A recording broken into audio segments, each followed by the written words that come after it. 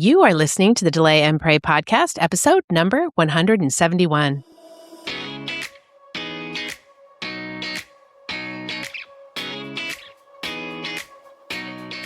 Welcome to the Delay and Pray podcast, where certified Catholic and weight loss coach Beth teaches you how to permanently lose weight through spiritual fasting. Get ready to gain faith and lose weight through a joyful transformation of both body and soul. Now, your host, Beth, the Catholic fasting coach.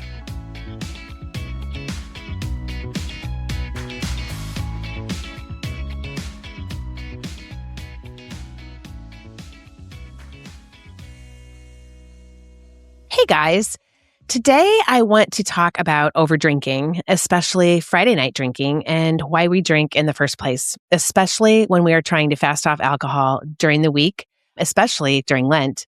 You know, Fridays are the toughest for most of us who are trying to fast on Fridays off of sugar, flour, and alcohol. It's because we just sort of have grown up thinking that Fridays are the end of the week. It's time for fun and, it's a couple glasses of wine, no big deal. For years, Friday night meant one thing to me, like that. It was just end of the week relaxation, a glass or two of wine, a few hard seltzers. It was really a signal that the work week was over and the fun was beginning. So for 40 years, I trained my brain to desire that Friday night drink. Then God invited me into something deeper with this fasting.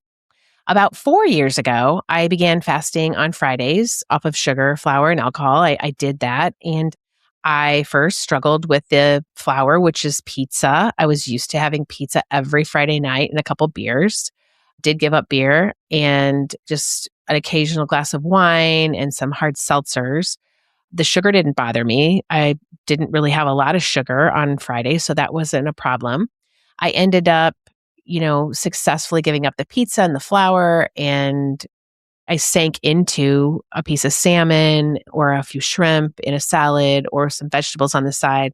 It really wasn't bad, but it was the alcohol part that I really struggled with. And although I was successful, it was a battle. It was a battle till Saturday morning. Very interesting. And I think it was because I was specifically offering it up for priests in purgatory, and for those near and far who struggled with alcohol. So there was a spiritual thing happening with that offering up of alcohol that the evil one did not want to happen. And so I struggled with it. Did I fail sometimes? You bet. But I was more successful than failing. In fact, I went an entire year in 2023 without drinking on Friday. I might have had 1 or 2 Fridays where I drank out of 52 weeks, but it was really wonderful. And then the next year, I slipped a little bit. And so I was trying to rethink it. I was thinking, what if I just kind of stopped drinking? What would that look like? And immediately my mind would sort of revolt saying, what? Really? And so then I was like, okay, I can totally moderate it. I'll just keep trying to fast off these Friday drinks. So did I fail? Yes. And did I begin again? Yep, absolutely. That spirit of nunc chapi is always within me. Now I begin again. That is my anchor for sure. So for a long time, it was that Friday night drink that really kept me from the fast. I could give up the sugar, like I said, no problem. And then skipping the flour became very, very easy. But the alcohol just was harder. And I think it was because it was woven into my identity, into my Catholic upbringing, into celebrations, into my concept of fun. And I was like, wow, can my life be fun without a couple drinks on the boat or whatever it was? And here's what's fascinating about all this. On Friday nights, the craving would rise like clockwork. It was subtle. It was a slight pull, a small whisper, time for your drink. Let's go. And then I would say, no, I'm not going to drink. This is what I learned. No. When the world enters your brain through your 5 senses, I know it's, comes up with the summer boat ride, the winter crackling fire, the fun lake bar around the corner, the wicker furniture with fluffy white cushions, the overcast cool air. Your imagination gathers that data and associates it with memories. Memories. Let's do this. This is so much fun. It's summer. And memory creates a thought. And well, you know how it goes. The thought creates an emotion. The emotion creates desire. And unless we intervene with intellect, then we're going to act in a way that we don't want to. So on Fridays, when the thought came, time for a drink, I did learn to bring that unconscious desire into my prefrontal cortex, and I would think about my thinking. What day is it? It's Friday. Why am I fasting? Mainly priests and people struggling with alcohol, and who am I fasting for? And I would name those specific priests and those specific people. And then 9 times out of 10, I would decide not to drink. It was pretty awesome. At first, though, there was a little bit of sadness, a sense of loss, like I had lost an old friend. And that's how I've always termed it, is it's like losing an old friend. It's like saying goodbye to an old friend who is no longer serving you. Your friendship is no longer serving you. It's just going down a bad road, and it's best that you leave that friend behind. And that's when I realized something uncomfortable. Alcohol was more programmed into me than I thought. I even remember being at a cozy hotel after a 6-hour drive to see our kids in St. Louis, and we settled into a gorgeous outdoor space with a fire going. And my first thought was, perfect spot for wine and cheese. Let's go get some. Immediately followed by, oh, it's Friday. Then there was like this big sadness. Here I was at this beautiful place, couldn't wait to see my son and his wife and their family. And I was filled with FOMO, fear of missing out on a fun time with everyone. Everyone drinks, not too much, just having fun. And that FOMO thought, by the way, what I realized is from the evil one. I had to learn quickly that I could experience the fear of missing out on fasting for priests on Fridays. I could be missing out on all those Fridays I have left. I mean, how many Fridays do I have left in my life to do this?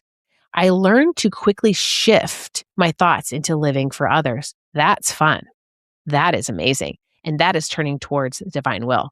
So my thoughts were like, I don't drink on Fridays. I fast for priests. I fast for those struggling with alcohol. I fast for Our Lady. This is fun. This is where the real work is. And it's deep because something shifts deeper when you start to have those thoughts. The sadness turns into courageous resolve. And because I had already decided ahead of time that the reward of believing that God was working through my sacrifice was way greater than the dopamine buzz off that drink. And then as Saturday mornings came around and they were filled with just feelings of joy and accomplishment that I did it, that was really powerful as well. And I had to learn that delayed satisfaction until Saturday mornings. Now, remember, I'm talking about 4 years. And so, many, many Saturday mornings, waking up, knowing you have cooperated with grace, that is really powerful. But you have to build it up over time. Okay, so that's the spiritual part. Now let's talk about the actual brain on alcohol. I learned that I had to fill my intellect with all of the workings, biological and neurological workings of the brain. I'm talking about gray matter, like what actually happens. And that was very helpful to me as well. Alcohol artificially stimulates the pleasure center, specifically the nucleus accumbens. It releases endorphins and spikes dopamine. And this is what I liked the most. People say, oh, no, I just drink it for the taste. And I was like, well, okay, I like the taste, but I really want the buzz. The buzz is the endorphins and the dopamine that come from this. And it's an anesthetic as well. So these are the hormones responsible for desire and craving. And it basically anesthetizes you and you just feel so good, right? You're just like, okay, kind of numbing my life a little bit, right? Well, at the same time that the endorphins and the dopamine are working, the serotonin, which regulates inhibition, that drops. This means that you have less self-control and more desire for the wine or whatever you're drinking. And then your brain releases dynorphin. This is a depressant. It counteracts the artificial high. And this has been described by Annie Grace and all of her literature. It's kind of like a truck just driving downhill, and the alcohol taps the brakes a little bit on your sweet life, right? Because life is so busy. And so you're like, oh, it's Friday. I just want to slow it all down, get a drink, get a buzz or whatever. And then the alcohol slows it down, but then your brain speeds back up to compensate because it gets scared. It's like it needs cortisol. It's like, oh no, we're going down. And so we have to get it back up.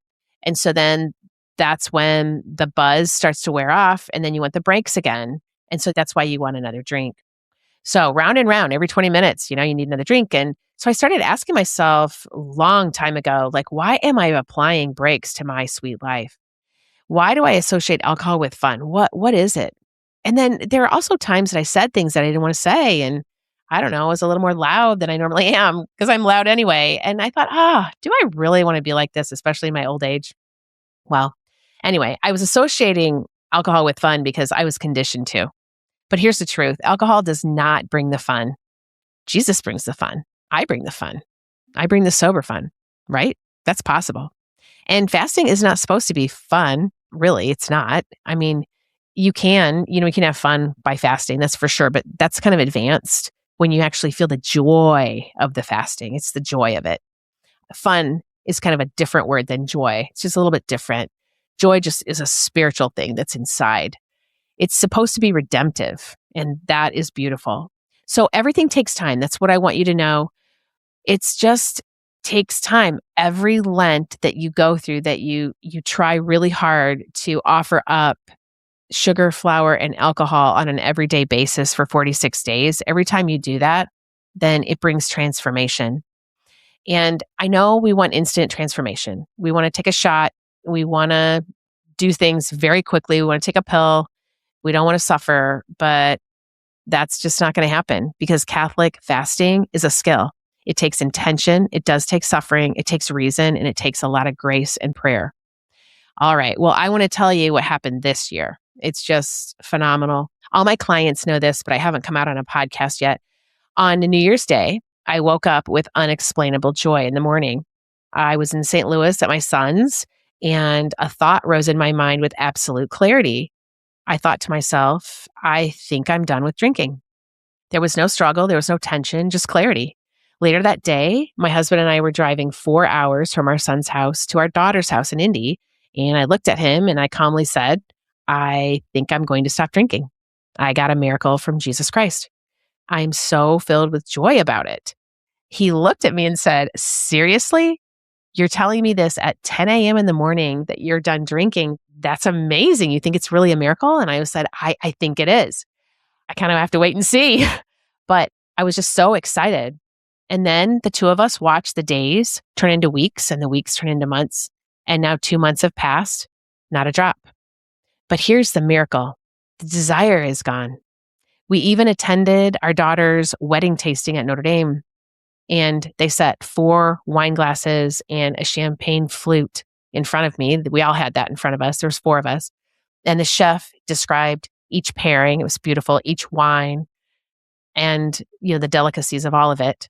And as he went to pour the wine in my glass, I gently said, oh, no, thank you. I won't be tasting. I said, I don't drink alcohol anymore. He asked me if he should remove the glasses. And I sort of laughed. I still am laughing. Yeah, please take them away. I would really appreciate it. Well, my family stared and they still can't believe it. Like, what a moment. You're seriously not even going to taste? And I said, no. And what came out of my mouth was pretty interesting because I really do think this is very spiritual. I just said, you know what? I'm not even going to consider squandering the gift I've been given this year because it is glorious. I'm not going to squander it. The Lord has given it to me. My friends, I have labored with Christ for 4 years for this gift. I fasted and I prayed. I failed. I began again. Last Lent was probably the most profound and productive Lent of my life.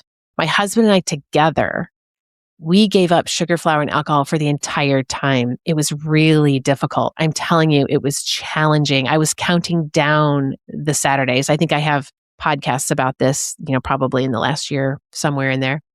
And I just truly believe that Lent prepared my heart for my New Year's Day miracle. I also believe that I was praying for priests. And I believe that was really the difficulty. It was very much the crown of thorns. And I think the Lord said, okay, enough. And I think he lifted that crown. I just want to tell you to not give up. I want to just inspire you to keep going, whoever you're praying for, whoever you're fasting for. Grace builds on discipline. Do not let failure sink your ship and let the church lead you. Now, the church says to fast on Wednesdays and Fridays. I was following the church. And listen, I've often wanted to change out Thursday and Friday. Like, okay, well, why is it Tuesday and Thursday? Because that would be easy. I could totally fast off alcohol on Thursday, but just not Friday and Saturday. No, the Lord wanted Friday because every Friday is like a little Good Friday. Okay. I was obedient. and he rewarded me, and he will reward you too. Christ fell 3 times. He rose again 3 times up from that, falling with that cross. He showed us what to do. So when we fall, we get back up, but we are obedient to the cross. Some of you are trying to stop something right now, whether it's binging on sugar or flour or alcohol, whatever it is. It could be scrolling, it could be anger, whatever it is. You're trying to stop something right now. Now, in Lent, you really want to concentrate on your over drinking, overeating, your numbing, and your scrolling, because it all kind of goes together. Keep fasting on those Wednesdays and Fridays. Keep offering up all the pain to those that you love and to those that Jesus is asking you to fast for. Keep praying those deliverance prayers, because today we live in a very wicked world, and that wickedness is being revealed. And you have to renounce the spirits that are trying to, nudge our thoughts a little bit. They do not know what we're thinking, but they watch us and they can kind of tell like where our weaknesses are. So they nudge our thoughts and they say, you can just have one more. Oh, Lent doesn't matter. That's like grandma stuff. It is not. It is not. It's transformation stuff. So keep praying those deliverance prayers. I often pray that big, long prayer in Father Ripperger's deliverance prayer for the laity. And it begins like this: Into thy hands, Mary, I commend my body and soul. Enlighten my mind, strengthen my will, and refrain my appetites by grace. And it goes on. I say it over myself when I really need it. My husband prays it over me. I pray it over him, and he prays it over me and my whole family, all of our children, all of our children's spouses, and our grandchildren. He has the authority to do that. He has the authority to pray over his children and cast out spirits, okay? Because he is the head of the household. So don't miss that. It works. And then fuel your intellect with the truth. Really get some books on like what sugar does to your body. Get some books on Big Pharma and what they're doing, and get some books on like the food today that they're putting into the food, the chemicals that they're putting in the food. Get some books on alcohol. There's one called Alcohol Explained by William Porter. There's one that's called From Binge to Blackout by Chris Volkman and Torin Volkman. And these are just books I'm looking at right now that I read years ago. And I just kept rereading them just to get myself to understand that, drinking isn't great. It's just not. It's really not fun. So then I worked on my thoughts, reminding myself, I don't drink on Wednesdays and Fridays. I don't drink on Wednesdays and Fridays. I don't drink on Wednesdays and Fridays. And pretty soon that came into my soul.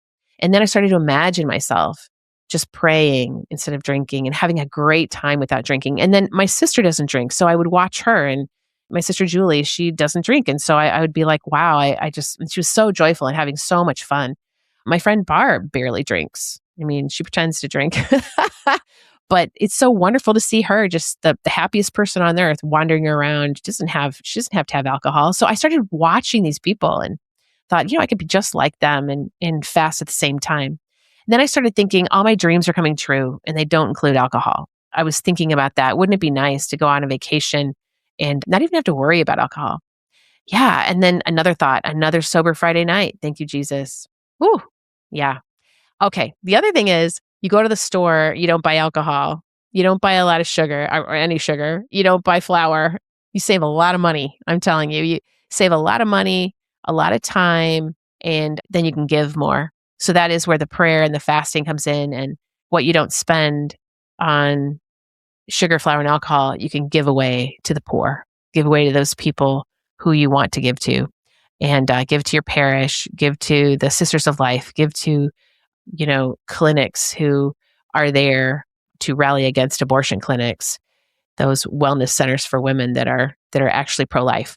So whatever you want to do, whatever is in your heart, you are inviting the miracle worker in. You are retraining your brain. He is redirecting your desire, and you're becoming free because of him. Only Jesus can set you free. My not drinking is a miracle given to me by Jesus Christ on New Year's Day.